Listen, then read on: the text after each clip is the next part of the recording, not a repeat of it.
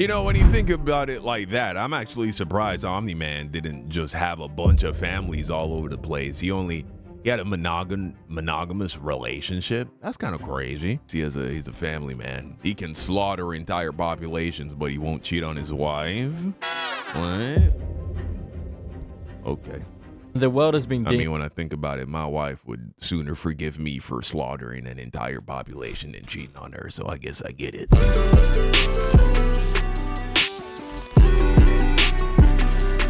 Why it sucks to be born as a Viltrumite. Some more Invincible content, video by Wallace. Let's go ahead and check this out, man.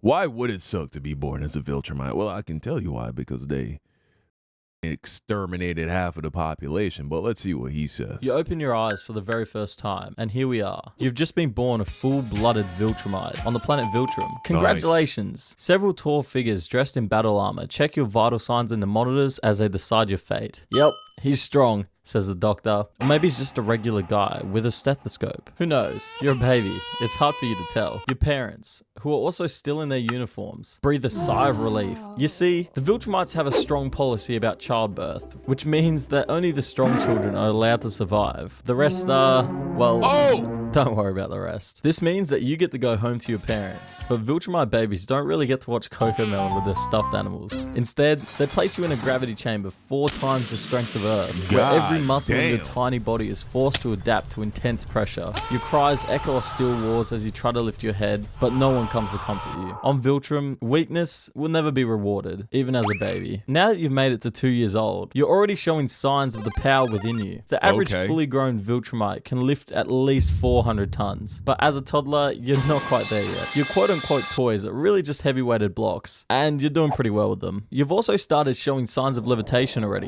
which means your fight training begins immediately. Your parents watch your progress like hawks and carefully measure each metric to make sure you don't fall behind. They don't help you up if you stumble. Instead... Bro, this is like kids who are born to dads who are determined. Like, they decided the moment they found out they were going to have a son, it was like, oh, you're going to the NFL. You're going to the NBA. We're going to be doing line drills when you're 4. Suicides. Box jumps when you're 6. They watch from a distance with their arms crossed as you struggle to get back onto your feet. A true Viltrumite stands on their own, always. Thanks, Dad. Everyone in this species are raised as warriors from birth, so Viltrumites have no comprehension of what genuine parental love is like. Wow. Now at 5 years old, you seem to be holding up well so far, so it's time for you to be thrown into the Juvenile Combat Initiative. It's full of other kids your age, but this isn't a playground. It's a battlefield for children. Basically, just a toddler fight club. On your first day, you're matched against a boy named Laro. Bro, when you think about it, being a Viltrumite sucks. Because on one hand, you're essentially born with the powers of Superman. You would think you would just enjoy having no predators. You know what I'm saying? Just create a perfect utopia on the planet of Viltrum and just live a good life. You live forever, basically. You don't get sick, I imagine. You're so strong. I'm sure other alien races would hire you to do work. You know what I'm saying? Like superhero. Like, it just seems like a perfect opportunity to have an amazing life. But instead, they just are like, we're just going to kill everybody, go to war, colonize the entire universe. I guess. A little older than you and twice your size. There's only one way to win these matches. Incapacitate your opponent. Good luck out there, kid. As the match begins, Laro charges at you and knocks you off your feet. Those extra years of conditioning have given him an advantage in strength. But around these parts, there's no excuse. Get up. One of your instructors growls. You pull yourself up again and drive your tiny fist into Laro's jaw. When he stumbles backwards, you take the opportunity to knock him to the ground. The crowd of children and parents erupts into applause. At 5 years old, you've earned their respect. For now, the Viltrumites believe that they're the most superior being in the universe, destined to rule over everyone else. So every part of this society exists to breed the perfect soldiers to feed this galactic takeover. Your first day of school on Viltrum is pretty straightforward. Every subject ties back to the Empire's ideals. History class only exists to glorify past conquests. Science focuses on weapon development, and even mathematics is taught through the perspective of warfare logistics. Your PE class is really just combat training with a side of cardio, and every failure is punished. You better be perfect, kid, or you're not going to make it much longer. School still has some memories that'll stick with you forever. Like, here again, why it's all pointless. Think about it from this perspective. Okay, so you get to the end. You're the Viltrumites. You conquer the universe. You've colonized everywhere. Everyone is under your rule. What now? Everybody respects you. Everybody obeys you. You essentially slaughter all the weaklings. You breed with all the various alien races that can yield Viltrumite-esque offspring like humans. And so now you've repopulated your species, more or less. What now? What are you doing now? Though. In history class, you're now old enough to learn about the events of the Purging, when Viltrumites culled the weak from their population to ensure only the strongest survived. Hundreds of thousands of years ago, before they set off to conquer the stars, Viltrum was rocked by a horrific civil war. This war began when Viltrumites that valued strength and believed in their natural superiority got together and decided to kill all the weak members of the species. Anyone who opposed them or were deemed unfit were executed in a global bloodbath called the Purging. Years later, the planet lay in ruins and half the population had died, but at least the weak had been eliminated. From that point on, Viltrumites adopted a brutal doctrine of eugenics, meaning only the strong were allowed to survive on Viltrum. Viltrum was rebuilt by its superhuman population. A planet targeted for assimilation would be offered a chance to willingly join the Empire in patronage. Those that refused were destroyed by an army of flying supermen. It's a tough lesson to swallow as a kid, but it's important to your survival that you understand. You may no longer be a baby, but it's never too late to abort you. Now at 10 years old, your training escalates. You're sent on your first observation mission to a freshly conquered planet. As you fly down, the air is thick with the scent of burning rubble, and the skies are black with smoke. Villages burn and cities lie in ruins. You follow your squad leader, a towering figure named General Koraf, as he surveys the aftermath of the conquest. He sets your squad down by the captured rebels kneeling in chains, with their heads bowing in defeat. Koraf points at the prisoners. Decide their fate, He says with a voice devoid of any emotion. Whoa, whoa, whoa, whoa, whoa, what? Why does this have to be on you? Your heart pounds as you look at their terrified faces, but you know all too well that hesitation is dangerous and a form of weakness. With trembling hands, you point to the execution squad. Koraf nods, and the prisoners are no more. That night, I don't even think you would be trembling. You know what I'm saying? I think for every Mark Grayson that is a person with Viltrumite blood that has a soul, that has a heart, that can feel empathy, you have 100 typical Viltrumites with no remorse.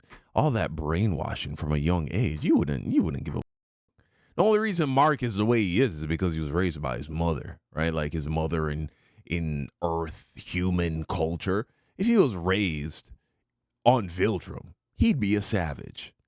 for the first time and the last time in your life, you lie awake haunted by the memory. Don't get used to it though, because we don't do guilt here. At 15, you're given your first solo mission, leading a squad to raid a rebel outpost. It's a relatively small operation, but it's a test of your leadership capabilities. And you better be able to pull this off, because you remember what happens to failures. It's on a nearby planet, and you get there the same way anyone else on Viltrum gets across the galaxy. You don't need rockets or teleporters. Viltrumites can fly through space and hold their breath for several weeks. They also move at incredible speeds, so hopping in a spacecraft would just be inefficient. efficient. Your team descends on the outpost, but things go wrong almost immediately. The rebels are better armed than expected, and the simple skirmish devolves into chaos. You manage to turn things around and complete the mission by destroying the outpost, but not without a cost. Several of your squad mates are killed, with their bodies left behind as you retreat. When you return to Viltrum, the loss of life is glossed over. A victory is a victory. Your instructor says, patting you on the back. What a wholesome life lesson. At Wow. 16, the accumulation of everything you've ever trained for arrives. The Viltrumite Yeah, at this point, you're a psychopath. You're a just complete, full-blown psychopath with no feelings, no emotions. Without exaggeration, it's the biggest event of your life. These aren't ceremonial rites or symbolic tests. They're brutal challenges designed to weed anyone out who doesn't embody the Empire's ideals, and anyone who is deemed weak. Failing here doesn't just mean humiliation. It means death. This is your last chance to prove you deserve to survive. Your trials begin on a distant moon, with gravity 3 times the strength of Viltrum's. You and 30 other candidates are dropped there with nothing but the clothes on your backs. The goal is simple: survive for a week while completing a series of grueling challenges. But just surviving isn't enough. You have to dominate. The first task is a race across the moon's rocky surface. The terrain is jagged and unstable, and every step sends sharp, painful vibrations through your legs. You feel the gravity's pull with every movement, and after just a few minutes, your muscles scream for relief. But there is no relief. Falling behind isn't an option. Wait, why would that...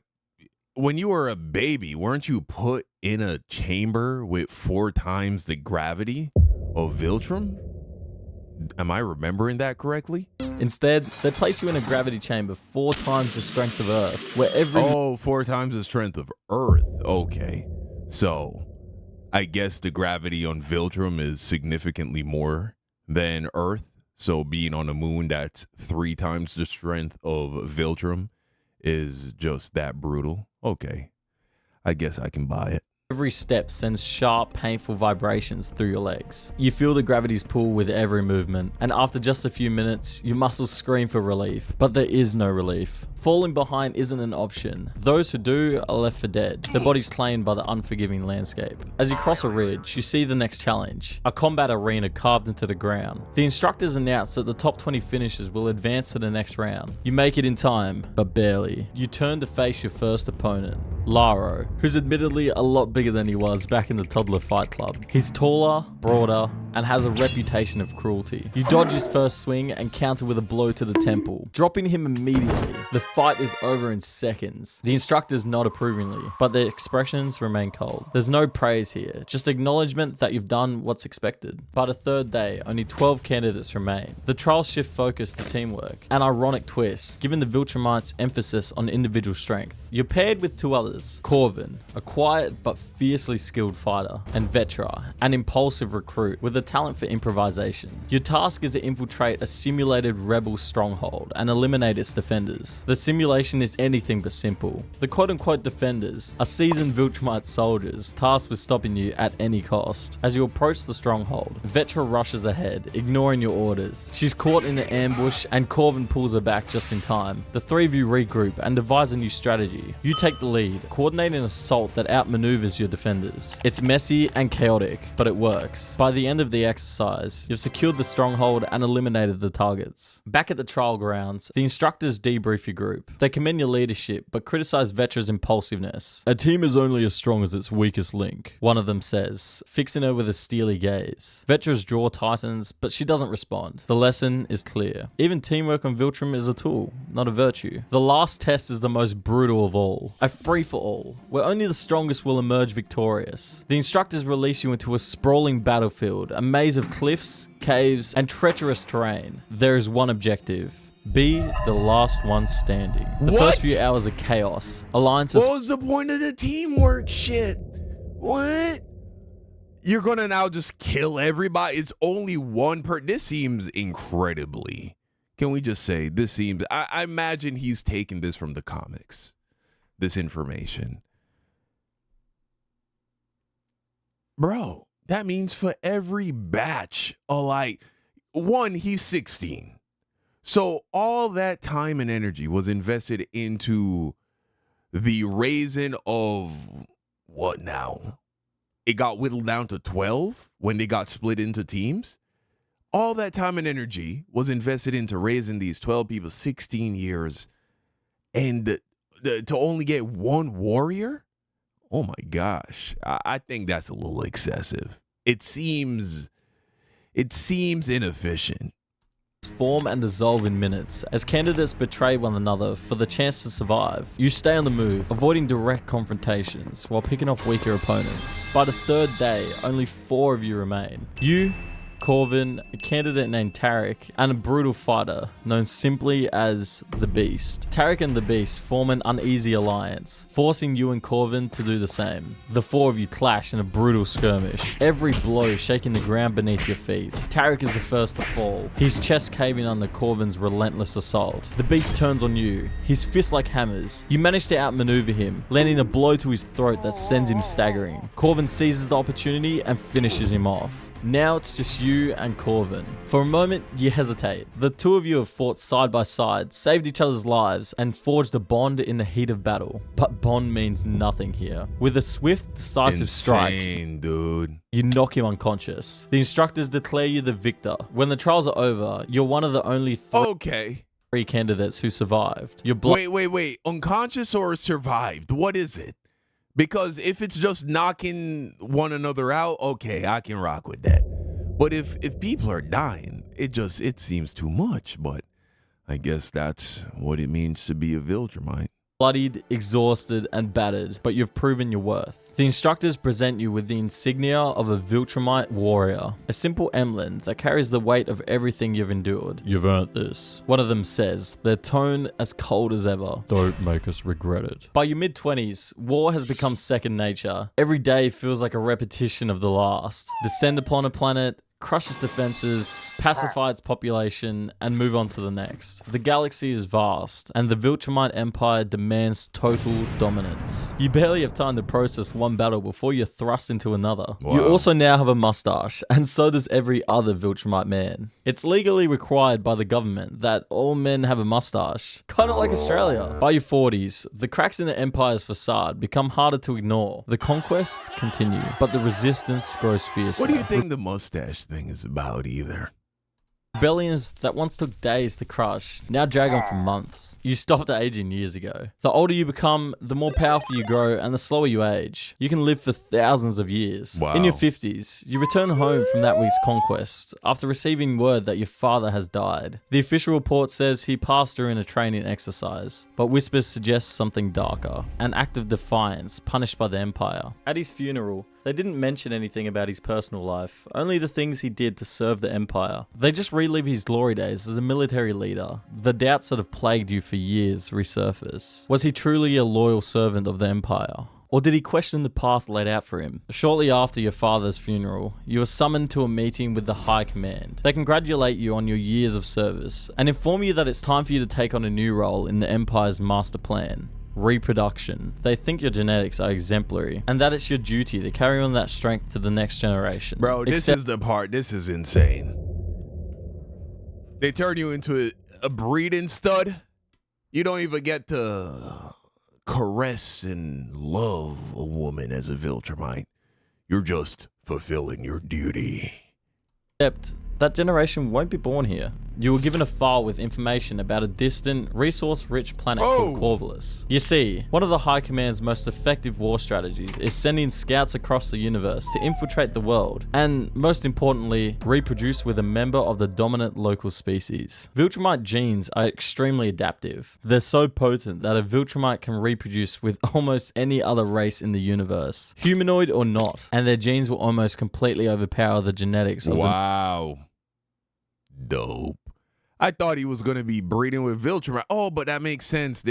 Because of the purge, they don't have enough genetic variation, which, come on. It's like, really? The rules that you have to follow? Like, this makes sense, right? Oh, yeah, no, you could f- a fish, and it's going to come out of Viltrumite, apparently. You know what I'm saying? But they can't breed with each other, even though, yeah, the genetic pool is a little limited because of the purge, and they only cut the population in half. That still should be a lot, right? Oh, well, whatever.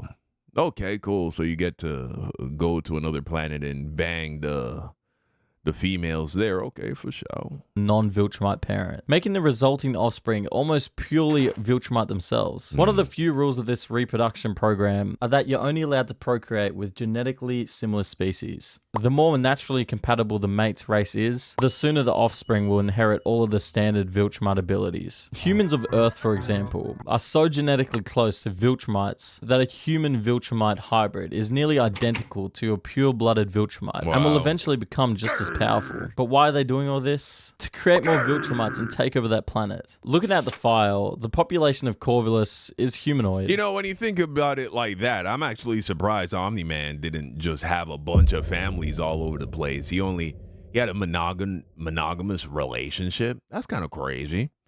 He was living a lie, a double life the entire time. You'd think a guy like that, he can literally fly almost at the speed of light, dude. Well, more like the speed of sound, but incredibly quickly. You would think you would have families just all over the world, bro. You know what I'm saying? But hey, okay. Very good. Yes, he's a family man. He can slaughter entire populations, but he won't cheat on his wife. What? Okay. The world has been... I mean, when I think about it, my wife would sooner forgive me for slaughtering an entire population than cheating on her, so I guess I get it.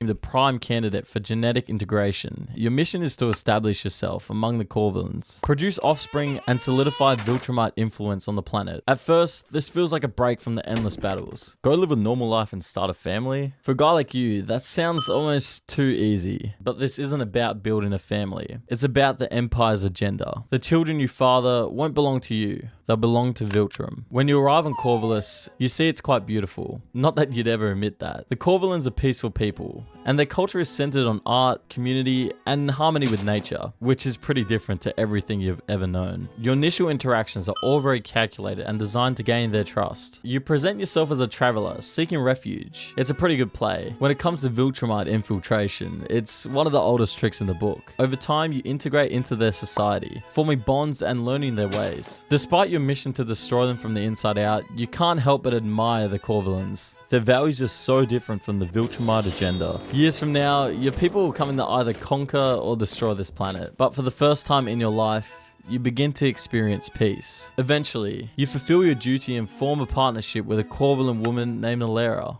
Viltrumites are taught from an early age to view their mates as nothing more than tools for breeding or combat purposes. Yet, you're beginning to see Alera as much more than a pet. Together, you have 2 children, both of whom inherit your superhuman strength and resilience. Raising them is unlike anything you've ever experienced. For the first time, you understand what it means to nurture and to protect, yet the Empire's shadow hangs over you. You know that one day the High Command will call for your return, and your children will be expected to join the Viltrumite ranks. That day finally comes, and the High Command praises your progress and orders you to return to Viltrum with your children. But can you do it? That night, as your family sleeps, you make a decision. You contact the High Command and inform them that you've encountered some unforeseen complications. It's a big, fat lie, but at least it buys you time. Over the next few weeks, you prepare. You teach your children how to harness their abilities, instilling them in the values you've learned from both Viltrum and Corvus. You know that when the Empire finds out what you've done, they will come for you. But for now, you're giving your family a fighting chance. The Viltrumites finally arrive, led by an aged and battle-scarred General Koraf.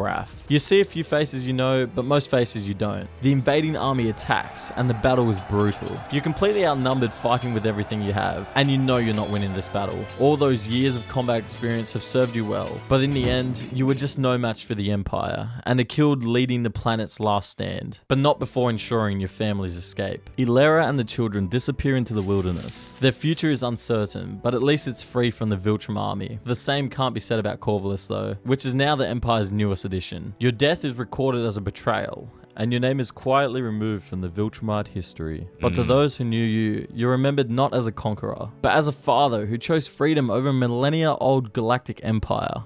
Not bad for a kid in a gravity chamber. Hey, man. Not a bad way to end the story. It's easy to say what you'll do when you're not in a situation, you know?